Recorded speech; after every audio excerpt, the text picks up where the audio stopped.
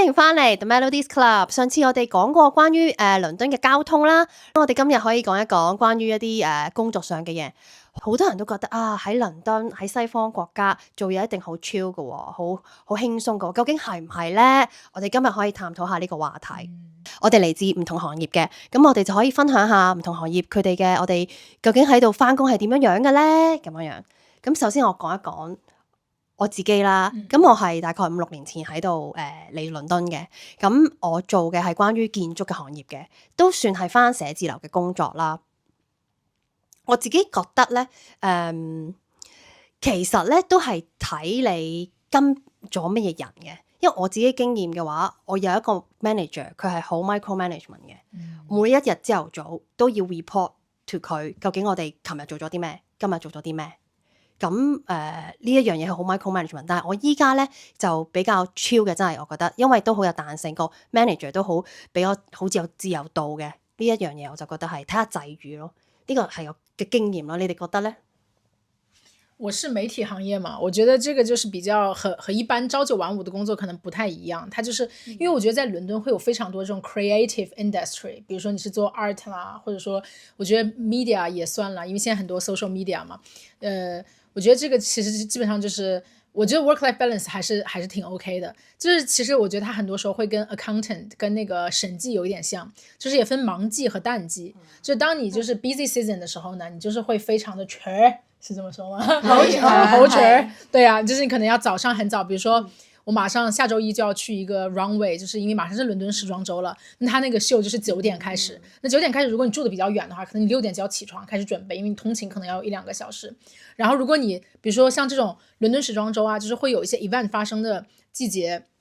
你可能就是要從早忙到晚，就是上午一個活動，下午一個活動，你就 lock in 了，你今天一天都要在外邊。對，但是我覺得當你沒有那麼忙的時候呢，就會有一些比較 routine work， 那我就覺得還是可以的。對，而且的話基本上我覺得就是 creative industry 的一個可以算是比較怎麼講比較共識的一個情況是，其實只要你把你的工作完成就行，然後很多時候你的 schedule 是跟着 event 跑的，是跟着這個活動去跑的，它不是那麼規定的就是朝九晚五。對，我覺得呢度係公司對人有信任度比較大，同埋都即係唔係 micro manage，或者去每一個同事，因為咁你始終一個 team 入面有分 seniority 噶嘛，有啲人係做啲比較hand on 少少嘅嘢，咁呢度比較係佢會真係 care 每一個人真係中意佢份工，而唔係為咗翻工而翻工啦，即係可能真係為香港可能比較 common 係我為咗份糧啊，就算幾唔中意，可能有時喺香港翻工比較係咧好多，即係有時有啲 team 有啲 office 係比較多負面情緒嘅，但係呢度咧好，即係我自己嘅體驗就係我條 team 我個 background 就係我哋都幾 international 嘅 team， 但係咧大家做嘢嘅 mode 都幾 British 嘅，即係好中意喺好認真嘅 present 入面咧，一定要夾1-2句輕鬆嘅好輕好快嘅笑話或者 humour 啦。如果唔係就你會好奇怪咯，或者你有時做嘢太認真咧，太似一個機械人。因為我哋有時都即係喺educate 啲同學仔嘅時候，我哋都會講呢啲 cultural 嘅 difference 嘅，即係如果喺亞洲可能你會想表現你係一個完美嘅人啦，我自己覺得就係職場上面，但係呢度係比較 care， 可能你同事同同事之間嗰個 interaction 係大家翻工係為咗開心嘅，即係唔希望會有同事翻工嘅時候係會唔開心，同埋如果真係你因為大家每個人嘅情況唔同啦，可能有啲人係一個parents 嚟嘅，佢有小朋友，咁可能今日佢小朋友屋企有咩事，或者個小朋友病咗，佢要開唔到會嘅話，佢會即係直接同大家講。我小朋友事，咁所以我就今日個 meeting 嚟唔到 join 啦。咁但係我哋都嗰個 trust 個標，我哋都係譬如我哋可能你有好多私事有問題又要處理，但係我哋個 trust 都係好高，就係譬如我off 咗，可能我去咗接小朋友放學啦，我哋個同事，咁佢哋都係會可能夜少少，我哋會自己 pick up 翻啲嘢做，即係同香港即係香港可能都係 assume 你夜少少會 pick up 翻啲嘢做，同埋即係成個情況都好唔同，或者可能譬如我喺香港做嘢，可能4點幾去咗中環開會啦，翻到 office 可能5點半之前㗎啦，但係已經6點鐘要收工㗎啦，但係人哋都即係同事會 expect 5點半你都要翻 office 坐多半個鐘先準走嘅，即係呢啲係可能冇乜，即係係個 management 嘅 style 或者個 trust 真係冇咁高咯。我覺得係啱啱你提到一點咧，都幾反映到其實呢度嗰個 culture 係 work culture 係點，就係因為同香港唔一樣啦，呢度係好唔會有姐姐呢件事，即係唔會有工人姐姐去湊小朋友。咁所以其實我好多同事都係自己帶小朋友嘅。咁所以講緊係7點幾，可能7、8點要送個小朋友去 nursery， 或者係送小朋友返學，3點幾要接佢放學。咁所以其實公司好多呢度好多公司咧都係好人性化嘅呢件事上面，所以就唔會話你唔可以嚟完全喺9至5嘅時候，你一定要坐喺你個位度做嘢，就唔係咁樣嘅。咁所以呢個係幾有彈性，我覺得呢件事。然後第二就我覺得相對上即係喺香港大嘅我哋咧，可能我哋個奴性都比較強。呢度就個文化唔係咁樣，即係就係你完成到你嗰樣嘢，其實佢哋都好鼓勵你去，即係好非常鼓勵你有你自己嘅 life 係你要去做多啲運動啊，你要去見朋友啊，或者係可能講緊我啲同事係即係真英國人咧，最中意就係3、4點我哋已經落咗去飲嘢啦，可能即係落咗去pub 度同同事係啊，即係可能會飲杯嘢再繼續做咯。但係啲嘢係做得完嘅，我覺得喺呢一度。同埋我哋譬如5點鐘去飲嘢已經太晏咯，要飲嘢可能要3、4點開始飲，因為太晏咧，要翻屋企，大家已經走晒冇人嚟飲嘅，所以即係譬如星期4嘅晏晝4點鐘開始，個 pub 係非常之 busy 對，而且我發現這個是其實我剛來倫敦的一個 culture shock，就是我還沒來之前我要來上學，然後我朋友就跟我講，就是大家 party 都會選 Thursday night，就是週4晚，我本來以為是週5，為啥呀？因為你講星期4就係 the new Friday 啦。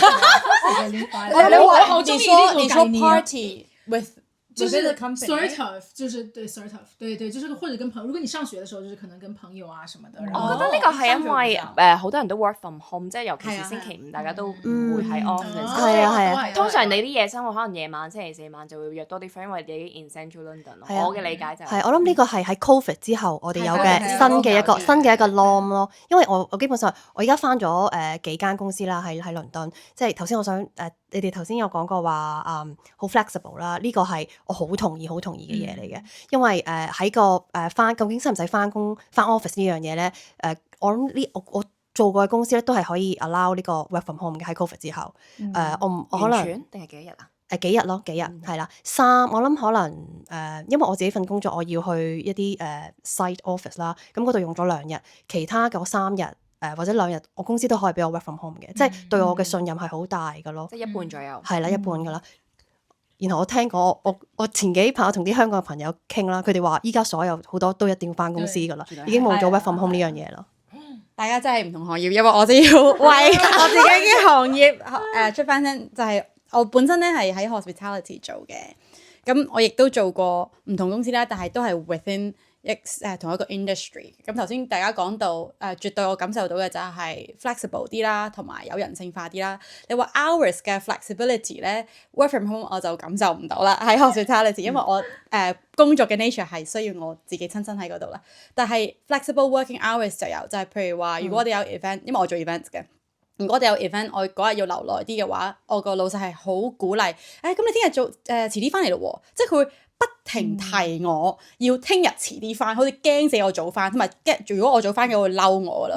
同埋如果我 work overtime 嘅話，佢哋你話佢扮嘢又好定點樣都好，都會講Phoebe 你翻屋企未啊？你做晒啲嘢未啊？因為我覺得其實就算佢係想你做晒啲嘢先走，但係佢問呢一句咧，係令到我作為員工係鋸啲嘅，即係我就覺得你點樣都你當佢係即係就咁 gesture 都好啦，但係你問咗好過唔問咯。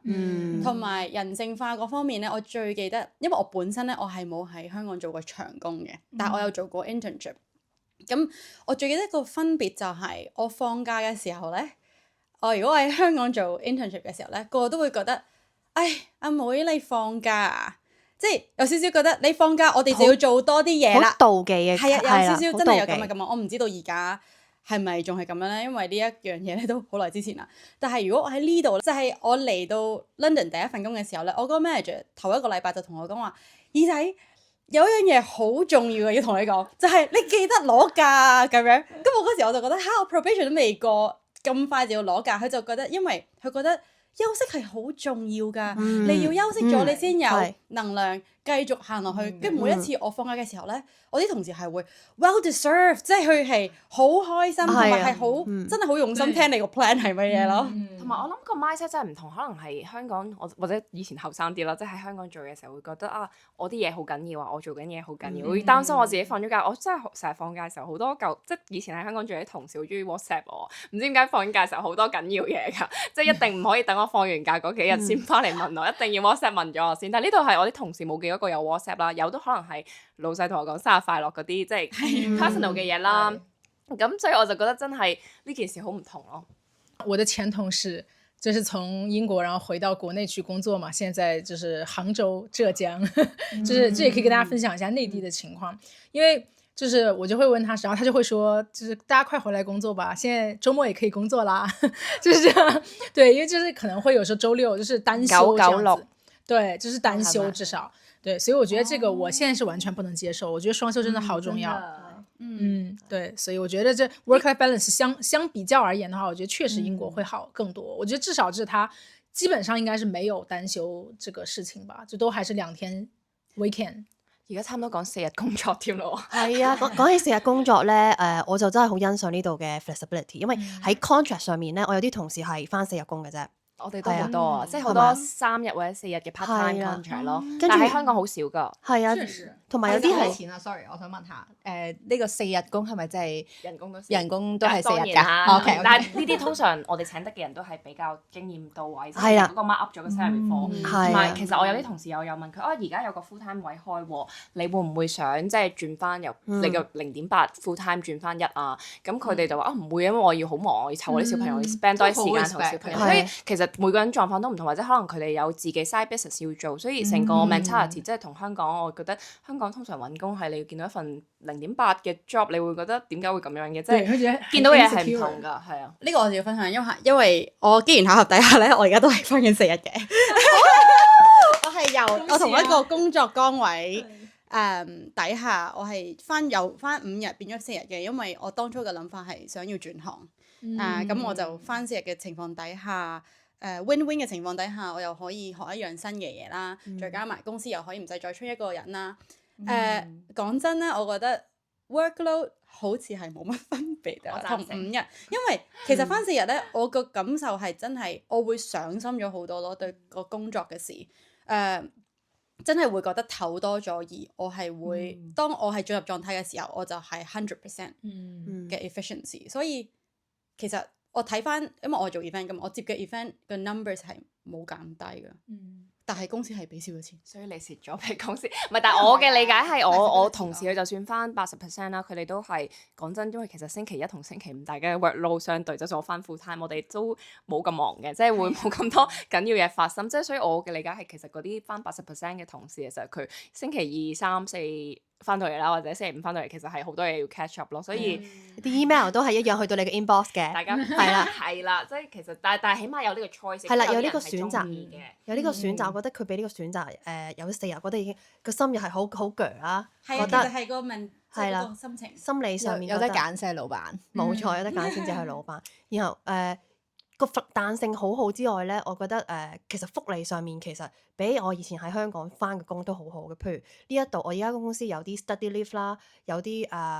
paternity leave 啦，有啲sabbatical leave，呢樣嘢係對於我嚟講幾新嘅，我覺得。咁係咯。即係譬如你有啲同事啦，可能佢已經到咗咁上下嘅年紀，佢可以有個 option 去take 一個好長嘅 leave，可能放幾個月假咁樣樣，然後先至返公司，即係同一個公司有個 agreement。咁樣樣，是 unpaid leave 嘛，相當於呢一個咧就可能都睇公司啦，佢哋點樣傾咯。但係我覺得係一個 allow 一個 flexibility 俾個員工咯，係。我嘅理解係應該類似停薪留職咁樣，係嘛？咁我都係識得有啲朋友其實係會，不過白人即係外國人比較多嘅呢件事，即係佢哋都會選擇去停半年，甚至乎係1年嘅停薪留職，然後去闖蕩環遊下世界嘅，即係可能真係租架 camper van， 然後遊下歐洲咁樣嘅喎，所以都唔同人生體驗啦。即係咁，你呢件事可能係你20幾歲錯過咗，你26歲冇做就係27歲做唔一樣噶嘛，係咪？没错，有句话说得好，就是你可以20岁的时候存钱，30岁的时候出去花，但是你30岁的时候出去花那个钱和你20岁的时候是不一样的。50岁的时候去到的巴黎和20岁的时候去到巴黎是不一样的。我都有類似情況，就係、我同公司入面啲同事，佢哋可能，但係有唔同嘅 situation，有啲可能係放咗2-3個月、3個月左右嘅假，但係佢哋咧就係、先用咗自己個 annual leave 先嘅，就入晒落去咁然之後仲撐幾日咧就當係 unpaid leave，咁同埋呢件事係好 common，佢哋就當係 career break 咁樣 announce 啦。3個月左右其實唔過分，因為用落 annual leave 其實都差不了太多。咁可能佢哋 commonly 通常都係話去旅行，可能譬如由呢度去亞洲旅行啦，去澳洲玩幾個月咁樣啦，亦都有另一個同事就係、佢都係比較年輕少少嘅，佢就請咗1年嘅 career break，咁就真係冇 salary，但係就幫佢真係停職留薪咗，咁而家就暫時請咗個 temp 嘅就 cover 佢1年，咁佢就係同佢 partner 去咗旅行，又係去咗澳洲嗰啲，咁就純粹係有機會可能嗰啲同事比較係諗緊佢長遠，可能某一個階段會想搬去另一個地方，所以佢哋就即係既我又可以保住咗份工，咁同埋呢啲。大家同事對呢啲係見怪不怪，即係可能喺香港咧，你突然間話要有個 career break，我諗大家都會好 shocking 咯，即係我好少喺香港聽到呢件事。呢一樣嘢就睇唔到in general 嚟講，我哋遇到嘅都好有人性化嗰啲公司。咁除咗嗰個咁長嘅 break 之外咧，我嘅經歷就係我哋可以買假同埋賣假，一樣，係因為太多假啦。我今年啱啱都買咗幾日，因為太多假。你有幾多日假？唔係好多，即係27啫。但係因為我哋係咩？Excluding 同埋 bank holiday。唔計 bank holiday， 同埋我哋聖誕我哋聖誕至到特多啊我哋都係放假。呢個唔係一個 norm 嚟嘅。我哋 is a law。我哋要同大家講下，即係喺英國嗰個by law 咧，就係 basically 就係20日假嘅，咁然後再加8日 bank holiday 公眾假期，咁所以咧任何一間公司最少俾你嘅應該係28日假，所以有27。但係27喺我哋嘅行業嚟講係正常非常 common 嘅，唔係淨係我哋公司。咁同埋我哋仲要另外係新馬會有另外2日假期嘅，即係為咗你就新馬兩日新馬 extra 2日，然之後聖誕至到1月1號期間都通常係放晒嘅，即係可能我嘅聖誕我係建築行業嘅，我 minimum 都係25。再加 bank holiday，跟住聖誕呢個3日咧就係 include 埋落嗰個25日度嘅咯，即係因為聖誕嗰幾日咧冇乜人做嘢，其實就好似香港嘅新年咁樣咯。所以聖誕請假係最蠢嘅，即係聖誕前後，因為其實已經冇乜嘢做，係啊，因為大家都唔做嘢。但係我以前喺香港做嘢，可能係12月突然間12月中聖誕假前幾日，因為可能香港冇乜咁大嘅假，但係呢度聖誕係真係好大嘅假，可以喺香港突然間都會同你講12月中同你講1月有個大 project，突然間要標出嚟。但係大家會 make it happen 咯，但係呢度你唔好諗住咁天真可以做到，即係大家可能即係工作對佢人生嘅 priority 係其中一樣嘢，而唔係 the top 咯。係啊，係。同埋有一個有趣嘅嘢分享就係除咗假之外，我唔知道大家有冇感覺就係呢度啲人7至8月係唔做嘢嘅喎。係啦，好似冬眠咗咁樣。說到這兒，我想要跟大家分享一下，因為我們就是工作，就是也有很多同事是在巴黎，在法國，他們假期是40天。40日 Yes， 係咪因為佢哋 bank holiday 比較少咧？你嘅理解？但是我們 bank holiday 多加起來也不到30啊，他們是整個 annual leave 就可能有40天，就是而且整個夏天就是沒什麼人工作的，我確實這樣。歐洲就是這樣嘅，北歐基本上大家都係7、8月放盡晒，差唔多嗰年啲假咯。係，但係我諗 depends on 行業，因為我大概8月開始都幾忙嘅，所以我哋通常係6、7月左右咯，即係啦。所以但係我都知有啲同行佢哋旅行到9月先翻嚟，所以我諗 depends 即係嗰個工作嘅 schedule 咯。因為我自己本身係做我係幫我 corporate 做 events，咁我嘅客通常都係 corporate 嘅industries 啊。佢好普遍8月 send 親 email 出去都係 out of office 噶咯。但係我又要講喎，因為我覺得喺夏天同埋冬天都有唔同嘅 reason 係大家冇乜心機做嘢，或者早啲放工嘅，即係可能譬如夏天就係今日天氣好好啊，我哋要早啲做嘢啦，就早啲出去即係開始即係 drink 啊或者話點樣啦。咁但係冬天又會3點幾開始天黑啦，我哋話仲喺留喺 office，因為你覺得好夜啊，你喺個 office 入面就已經好似留到好夜咁樣。咁我可能都係公司個別情況啦，但係我自己 observe 到嘅就會。即係個天 season 同你工作嗰個mode 都有少少影響，所以我都唔係好知究竟邊一個月份係最 productive 嘅。我們快點聊下一個話題吧，我已經就是迫不及待想要講這個 weather 跟 mood 的問題了，既然剛剛 cue 到，但我們還有別的要講，就先講刚刚按照设定来讲的吧。可以啊，我就想讲这个天氣，因為剛剛 Manny 就係啊講到這個天氣嘛，哦就是不同的天氣就可以解釋影響我們下我呢個哋呢 mood。個 London 嘅天氣 London 咧，日照呢樣嘢咧，我嚟到嗰下，我第一年嚟到，我覺得係幾 surprise 嘅，因為我冇做 research，唔係好做 research 就過咗嚟嘅。咁係夏天嘅話，日照係超級長，係由朝頭早6點，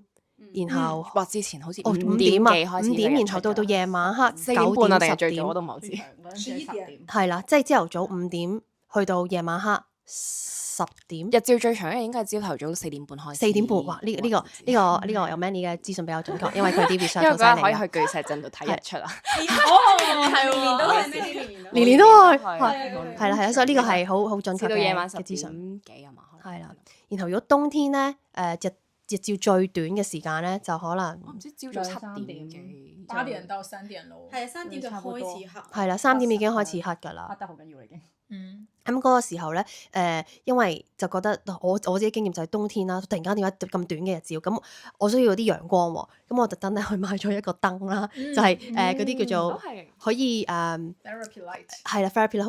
好似嗰架盞燈可以慢慢漸變光嘅，咁就可以朝頭早好似感受到陽光咁樣樣。假燈。假即係假嘅 natural light 嚟。係啦，但係放喺邊 happy light 佢嘅係 happy light，不過其實我而家都冇乜點用，因為已經kind of 適應咗呢度嘅天氣咁樣樣。呢個講得好，因為有啲人係會因為唔慣啊嘛，喺香港其實日都日照差唔多，即係有少少 difference，但係應該唔大嘅。但係呢度咧，可能你尤其是第一個冬天嚟到咧，係會有啲人會比較 depress 少少啦，因為個日照太少太陽，同埋本身就算係有日照咧，可能都陰天啊，即係嗰個未可能晏晝2點已經覺得好似就嚟天黑咁樣咯。同埋我覺得係好多人未經歷過係唔會低估咗嗰個影響咯。係因為每一次我見到嗰個天係3點幾黑嘅時候，其實真係冇乜特別原因嘅咧，但係就係會唔開心，係真係確實嗰個說得好，所以說得好放工啦。所以我做了一點 research，為什麼點解咧？點解會咁樣咧？我做啲少少的 research，就是為什麼我來英國之前，我就不知道為什麼 small talk can be a thing，就是尤其是關於天氣的，對吧？就大家就會講說什麼陰天啦、下雨啦。我來之後，我完全加入了，就是質疑、理解、成為。我一開始天天跟人說天氣好啊，天氣好就會在 group chat 裡面就是發信息這樣子。對，是因為確實就是天氣很影響到人的心情，就是而且的話，我覺得不是有晨型人和夜型人嘛，就是有的人習慣比較早上起，有的人就是喜歡晚一點睡。其實我覺得也有太陽型人，就是有的人他就是沒有陽光他就活不了，就陽光一出來他就覺得，哎呀，我是宇宙之子，我吸收了整個 universe 的氣運，我什麼都能幹。比如說我也是這樣。然後陰天的話就會覺得哇好頹啊，很想睡覺。其實是有一定科學依據的，就是如果是太陽光比較充足的時候，那個時候你的身體會產生血清素，然後血清素就是一個快樂激素，就是因為那個藍光到達你的眼底，刺激你的下丘腦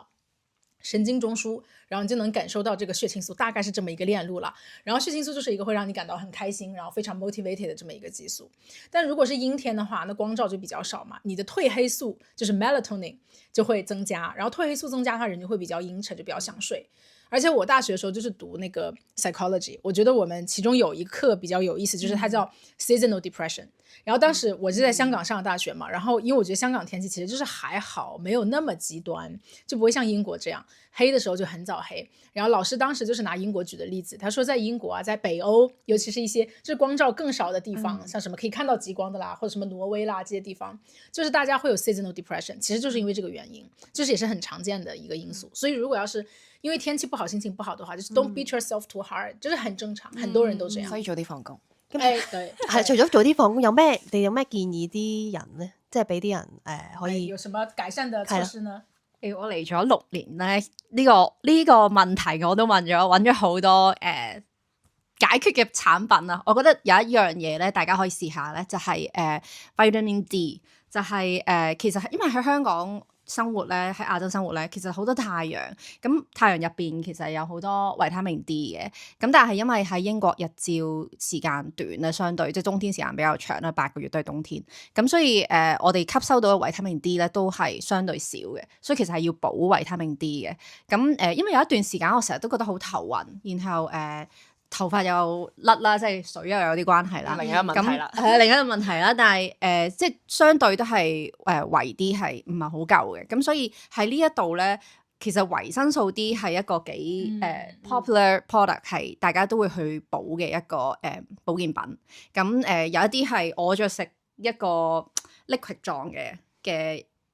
唔係藥丸啦，係 liquid 狀嘅一個好似啫喱咁樣噶啦，咁就容易啲吸收啦。咁對我覺得係，即係我食咗之後，我就會覺得係其實係唔錯嘅。咁其他嘅方法咧就係、大家又可以試下咧，就係一出去，即係就算即係可能今日都幾好天，咁有太陽，但係都唔好即刻一出街就戴太陽眼鏡，等眼同埋身體皮膚都吸收下維他命 D，咁係咯，對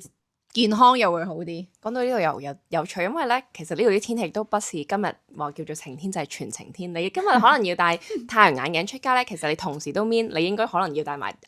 遮出街，因為佢可以同一日突然間，我哋試過前幾日嘅有個星期六係一日之內突然間有5個過雲雨咯，就係佢全日都好晴天，但係咧真係落咗5次，即係可能每次大概幾分鐘嘅雨。咁所以我自己住嗰啲有啲英國 local 嘅 housemate， 佢哋就會成日講笑就係啊，我哋今日又要戴太陽眼鏡同埋又要戴umbrella 出街，因為兩件事可以同時發生嘅。喂，講到呢個咧，我真係覺得係點解嗰時唔係好明點解英國會有個品牌係賣乾濕褸啊？係真係要乾濕褸嘅。原來嚟到呢度，你一係有一件好防水嘅風褸啦，或者係你要有乾濕褸，因為呢度嘅天氣變化，呢度落雨嗰個程度咧係你會好想要嗰樣嘢，同埋擔遮咧，因為呢度太大風啦，擔遮你把遮係會吹走。我試過一把新遮咧，一擔出去咧，啲骨爛咗，即係俾風吹到。所以即係我諗你住得耐咧，真英國人咧 basically 都唔擔遮噶。亞洲人係真係係啦。不過我而家覺得而家多咗人擔遮，可能因為咧嗰個天氣嗰個氣候改變。你覺唔覺得呢幾年？我覺得我啱啱嚟到，因為我嚟咗7年啦，倫敦。我嚟嘅時候咧，我屋企人都有一個屋企人喺度嘅，佢就係永遠都唔擔遮。咁我記得我頭1、2年咧都冇乜點擔遮，因為咧佢落親雨咧，佢係會成日都陰天啊，但係落親雨咧都係毛雨。但係近呢4-5年起啦，佢就開始好多陽光，即係而家啲 summer 係越嚟越好天氣，但係落起雨上嚟咧就越嚟越大，所以就需要遮就多咗咯。但係亦都睇到嗰個氣候變化咯。但係你好似都講得啱，因為我好耐以前嚟讀咪書嘅時候，好似真係冇落大雨嘅機會冇咁高嘅。而家好似真係唔使遮㗎嗰陣時。我覺得好似冬天落大雨係比較多，所以都係 just in case 我自己都係會帶住把遮出門嘅，因為真係唔知今日天氣點咯。係啊，我都好同意，因為我相信呢個global warming 嘅事情係發生緊㗎。即係譬如我前幾日去食一餐廳啦，跟住佢推介啲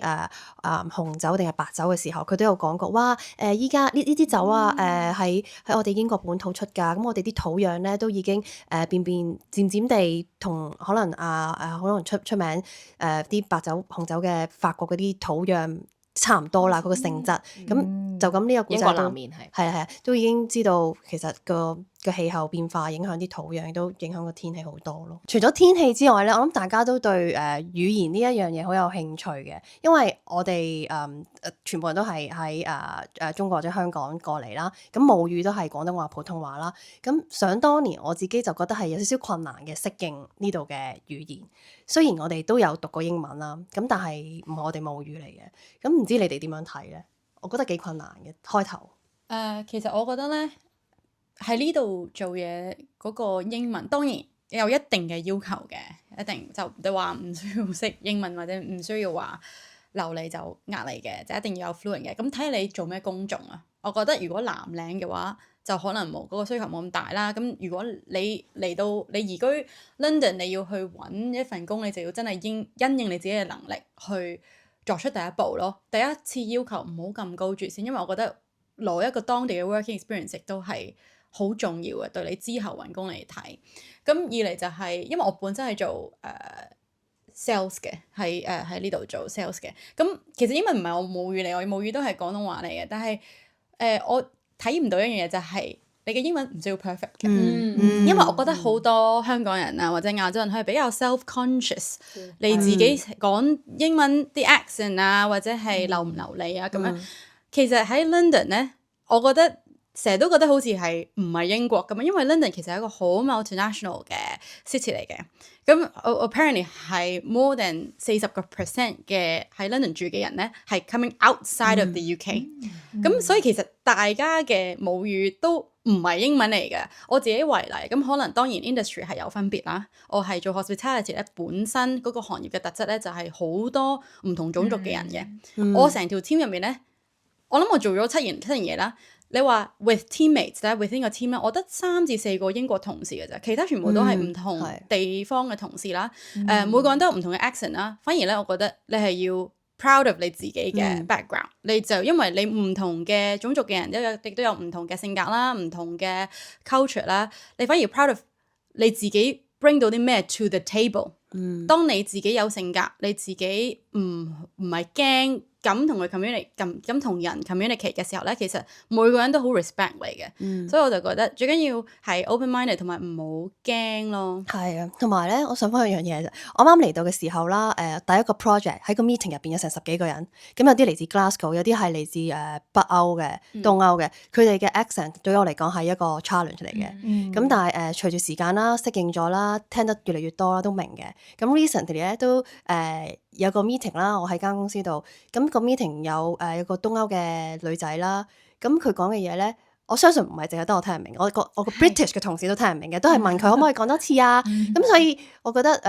個 mindset 係要 tune 翻啱嘅，就係唔需要去咁 worry 呢一樣嘢咯。我諗起呢個係前嗰排國會有一個 meeting 入面有一個應該係 Scottish 嘅議員咧，就講得好快嘅英文，用 Scottish 即係用佢本身嘅 native English 咁樣講啦，咁但係可能 accent 太重，然之後另一個 native 嘅英國人就個議會議員就叫佢 repeat 咗2-3次都 get 唔到佢講嘢，然之後我哋都好認真聽過，我自己好認真聽，我都覺得哇真係好難嘅，所以呢件事其實都 common， 同埋可能就係好似你咁講，其實真係好多其他人，我哋有時未必 take cash 上嚟講嘢，可能係因為佢都係 from 另一個 country 有唔同嘅 accent 啊，譬如佢係本身 native 係講 Spanish 嘅，佢講嘅英文都會譬如或者佢 native 係 French 嘅，佢英文都會唔同咯。咁但係如果講工作以外嘅環境，其實我自己覺得呢度嘅 local 或者其他真係喺度住嘅人，其實佢哋對英文呢個 language 嘅包容性都好高，即係譬如可能 say 譬如我啱嚟嗰陣時去玩，可能去 Bro Market 買嘢食啦，咁佢哋每日買嘢食就即係佢哋知道自己買咩啦，咁但係我 order 嘅時候我唔係好 excited 知道佢問緊我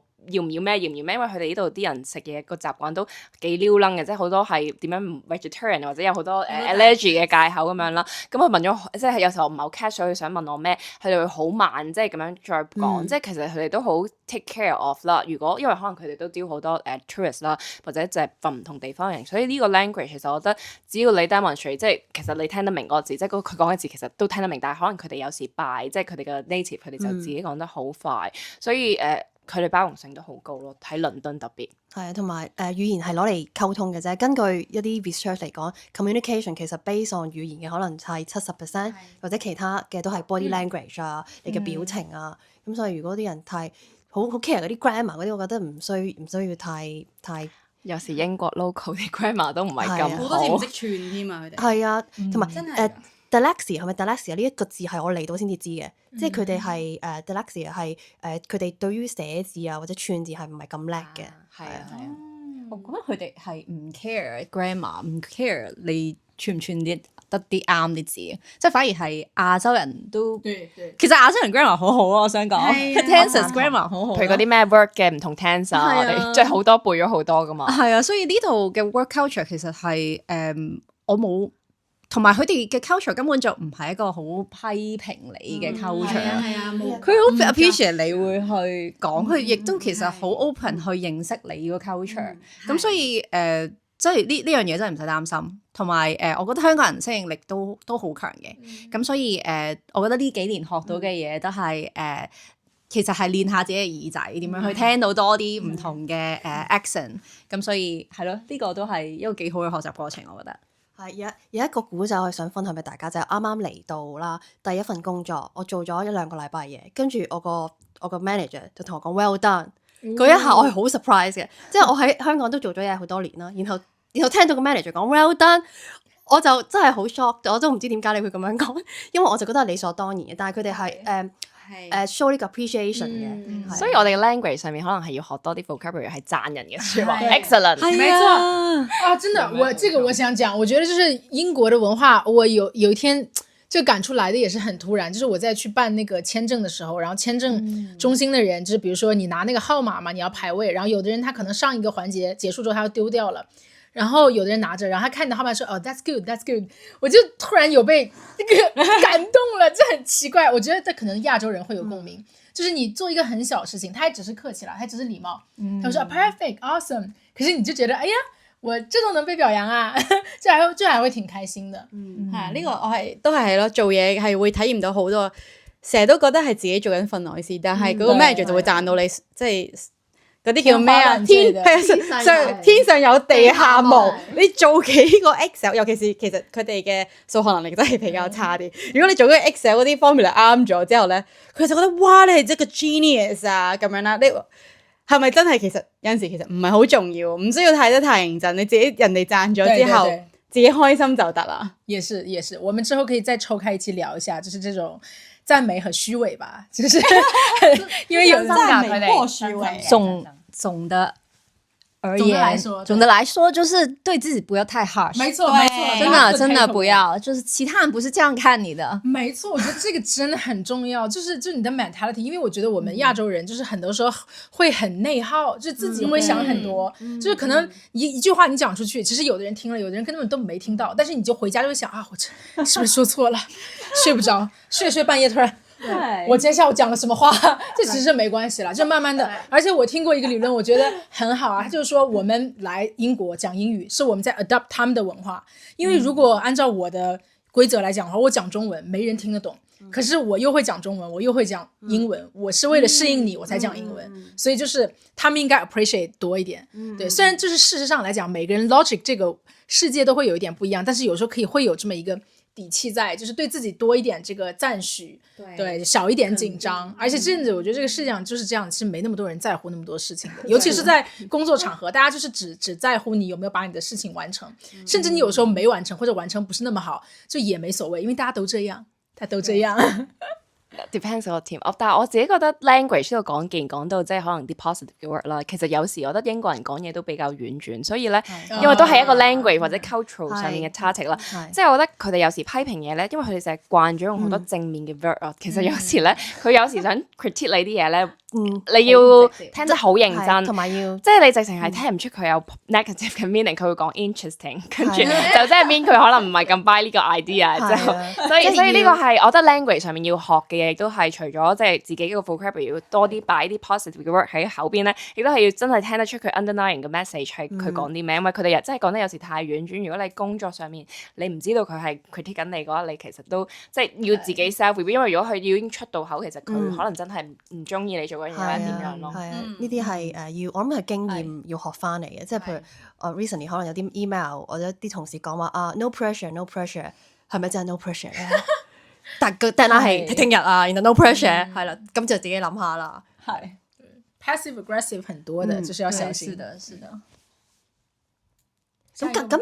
其實最緊要即係總括嚟講，有啲咩 mindset 要比較好啲去適應呢一度嘅工作咧？ Be confident， 我覺得這個是最重要的，而且也是我從就是印度的朋友們身上學到的一點，就是大家真的會很積極很進取，我覺得這個是我自己也要學習，就比如說在同樣一個社交場合裡邊，然後我看到一個 potential 的，我可以去推薦我自己的一個對象，比如說是其他公司的 CEO 或者怎麼樣，我可能就會膽怯呀，我就會想說，哎呀，我有沒有那麼好啊？我不知道講什麼，但是可是就是可能其他族裔的朋友，或者說就是他們會很勇敢，就直接上去，我管你喜不喜歡我，我管我到底夠不夠好，我就先上去，有沒有我就直接說，所以我覺得 be confident 是挺重要的一點。我覺得 be confident 那個巧妙咧係唔好怕失敗咯。Yes. The example 嚟嘅，就比如說你要自己 self-introduce 嘅時候咧，你唔好驚嗰個人嘅反應係乜嘢，即係你唔好驚你 introduce 咗之後佢唔揾你或者點樣，你只不過係嗰一刻你就覺得你自己係最好嘅，即係你要洗腦呢樣嘢，你就要 fake it till you make it，因為其實咧我啲同事咧個個都係覺得自己最好嘅，即係有陣時我都覺得哇，點解哪來嘅自信可以覺得自己最好？但係你又覺得佢好可愛喎，即係佢就成日都會話嚇我哋全世界最好嘅喎，我哋就係全世界最 top 嘅喎，我哋個 team 就係最好。有陣時其實邊個理你係咪真係最好啫？你最緊要自己覺得自己最好，咁你就會係可以走得遠啲咯。我覺得，我都好同意呢樣嘢，即係你成功，你係失敗乃成功之母呢樣嘢真係好老土，但係其實係真嘅咯。即係你冇試過失敗嘅話，你都唔會有成功咯。係。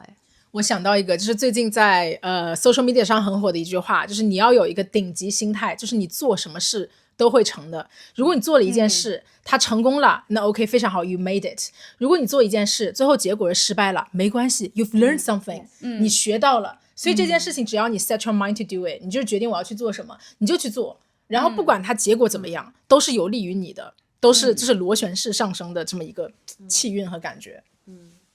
而且就是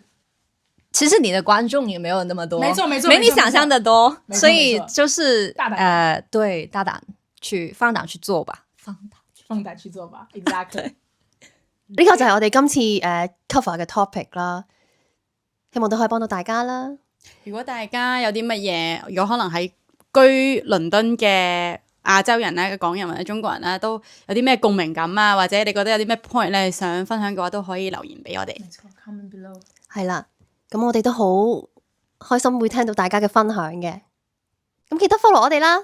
，The Melodies Club，耶！